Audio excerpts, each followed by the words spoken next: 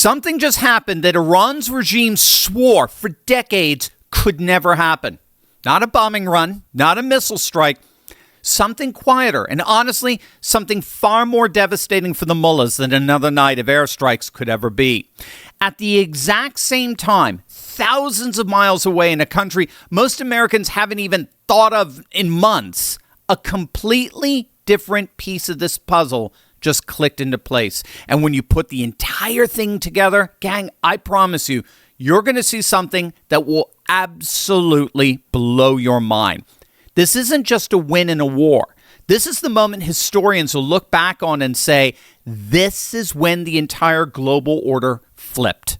Stick me to the very end of this video because you're going to understand exactly why every single road, every single barrel, every single ounce of leverage on this planet just started running through one place. And it's not Tehran, it's not Riyadh, it's us.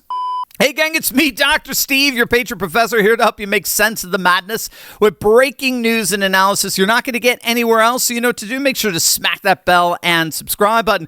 Also, I need to tell you something I've never said on this channel. For years, I had a stack of stories on my desk that I couldn't quite fit together. Bible sales hitting record numbers, young men, the group every expert wrote off, walking back into churches, Europe voting to keep its borders and its faith. But in the same stack of news, we had the latest update on the AI arms race between the United States and China, and engineers landing rockets the size of skyscrapers, landing them upright and talking seriously about cities on Mars. Now, every commentator treated those as different stories. But I couldn't shake the feeling that I was looking at one single meta story. And then it clicked. Every civilization that ever rose was built around a sacred cosmology, a shared answer to what the universe is and what our place is inside it. Lose that answer, and the people stopped building. They stopped having children. They stopped going anywhere. That has been the West for the past 60 years. That's why nothing's worked. Not the programs, not the elections. You can't fix a cosmological problem with a policy. And what you're watching right now in your lifetime is the West getting its answer back. That's why the churches and the rockets are filling at the very same time. Not two trends, the same event. A people who believe they're here for a reason build cathedrals and starships in the same generation. That's what I'm calling the rise of a civilizational cosmocracy, or civcosm. And once you understand it, the news stops being noise. You stop flinching at every headline. You start reading the chaos the way I do, as a coherent confirmation. So this September, I'm teaching this whole framework myself, live, 6 weeks. You, me, and your questions. I haven't done this in years, and I don't know when I'll do it again, but this is the most important work that I've done, and you're the people I want in that room. Early bird pricing ends on Sunday, August 23rd. Scan the QR code below. All right, let's dive right in here. So as of this morning, it is now being widely acknowledged, to the legacy media's shock, that President Trump has indeed rewritten the map of global power for the foreseeable future. Axios is reporting that the United States military has, for the last several weeks, quietly established a shipping corridor in and out of the Strait of Hormuz, delivering tens of millions of barrels of oil a day. According to 2 U.S. officials with direct knowledge, 15 to 20 tankers are entering and exiting the strait every single night through a southern channel that runs along the Omani coast. That amounts to roughly 10 million barrels of oil a day being pulled out of the Gulf and injected straight into the global energy market, about half the pre-war volume, and it is climbing. On some of the best nights, that number spiked as high as 15 to 20 million barrels. One U.S. official put it about as bluntly as you can put it, quote, "We have been controlling the southern lane of the Strait of Hormuz for 2 months now. The Islamic Revolutionary Guard Corps can be a nuisance, but they don't control the strait. We do." The IRGC, the terror organization that spent decades threatening to choke off a fifth of the world's oil supply anytime it wanted leverage, has now been reduced to nothing more than a, quote, nuisance. A nuisance in the very waterway it once claimed to own. Well, there's a new captain now. There's a new owner, and it's none other than President Donald J. Trump. Over 80% of the vessels making it through the strait are now taking the U.S. authorized lane along the Omani coast. 1 month ago, that number was close to zero. Now it's closing in at pre-war capacity. Energy Secretary Chris Wright says combined oil transits through the strait and rerouted volumes around it now total close to 15 million barrels a day. That's closing in on the pre-war average of 20 million from the Persian Gulf. Industry analysts cannot believe their eyes. They're openly admitting that the unthinkable has actually happened. Iran has lost control over the strait. Their one single solitary trump card has been taken away from them by none other than Trump himself. America's running tankers through the strait like it's our own backyard pool, which if Trump has his way, it may indeed be.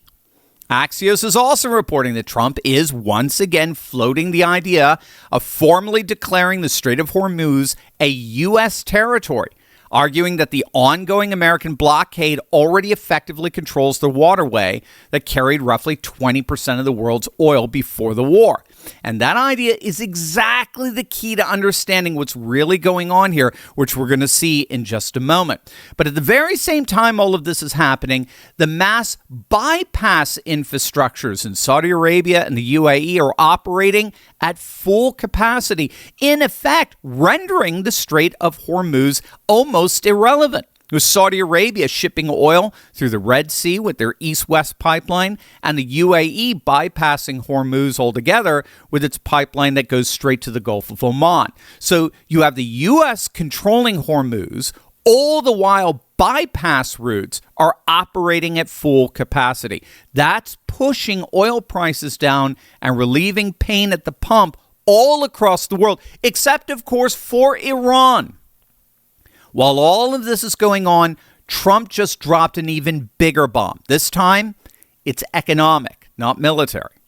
Yesterday, the president posted on Truth Social that he was officially announcing, quote, the most crushing economic operation ever taken against any country. This will be economic warfare and isolation on an unprecedented scale. And he went further, warning that, quote, any country that allows its financial institutions, businesses, airports, or government entities to provide any type of lifeline to Iran will itself face tremendous economic consequences.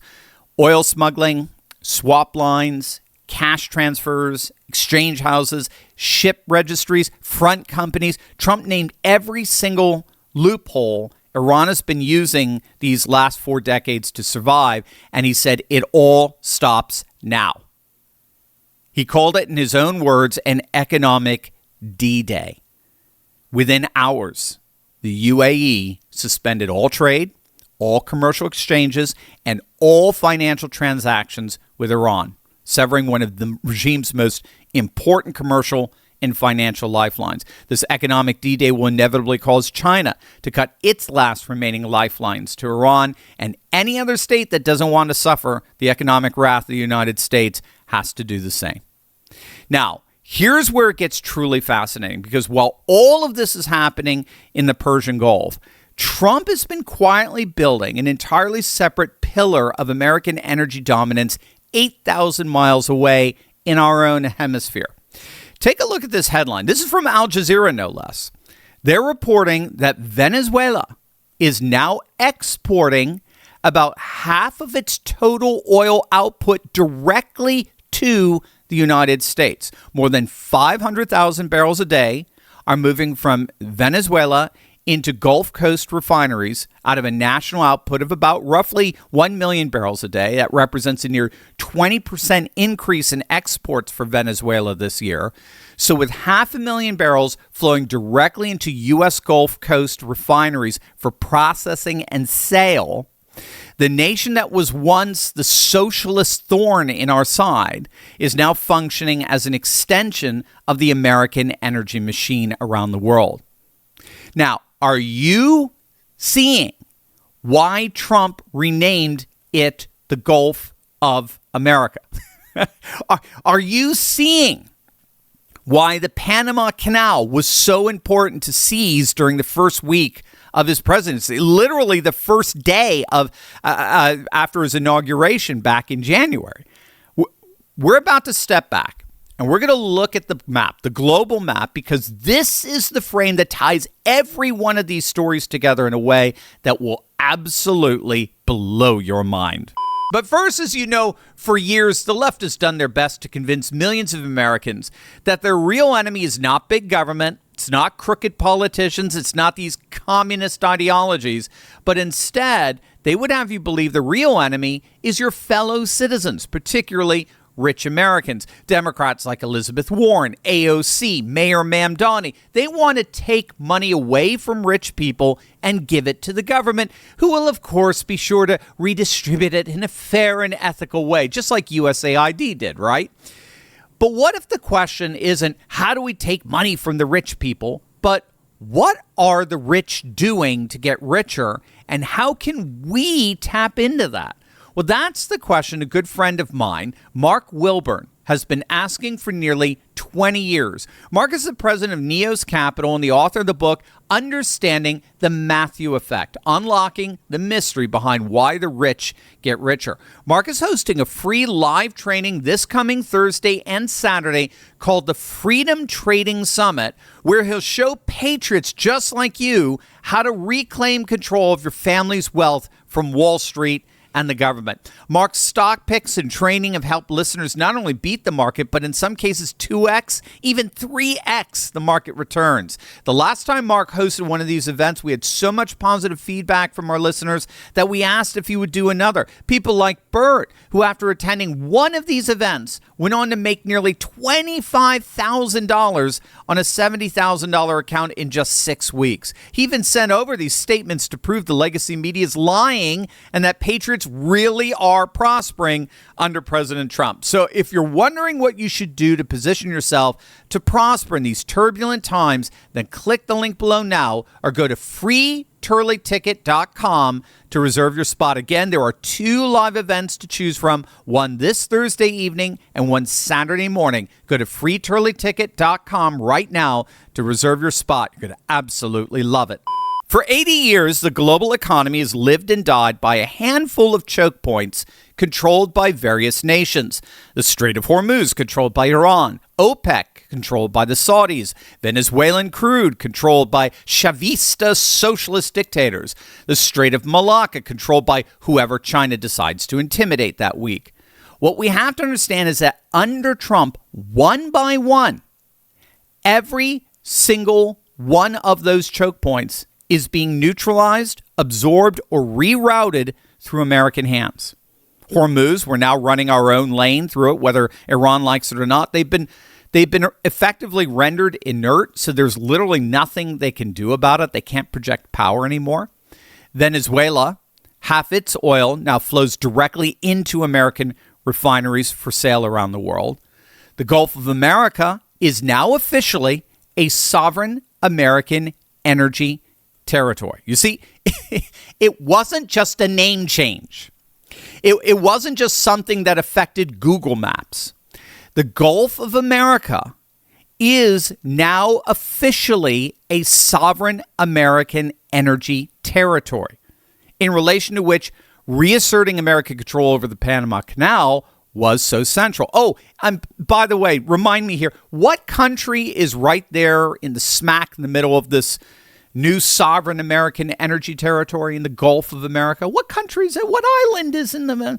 Could it be? Oh, yeah, that's right. Cuba. That's why we know the communist regime there is coming to an end. The same Caribbean energy map that's being redrawn around Cuba is about to redraw Cuba itself. And then the Straits of Gibraltar and Malacca are now thoroughly absorbed into a fully American global energy architecture. And so you put all those pieces together, and what do we see?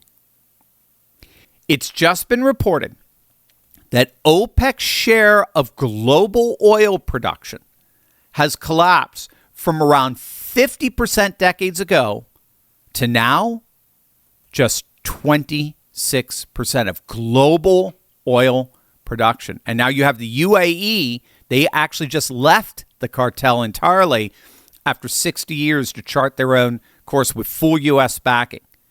And a J.P. Morgan analysis found that between domestic production, Venezuela, and Guyana, the United States could soon command, one nation can soon command, close to 30% of global oil output and reserves. 1 out of every 3 global barrels centered right here, transforming the United States from being merely the largest producer of energy into the single most powerful oil broker on the planet, bar none, without equal.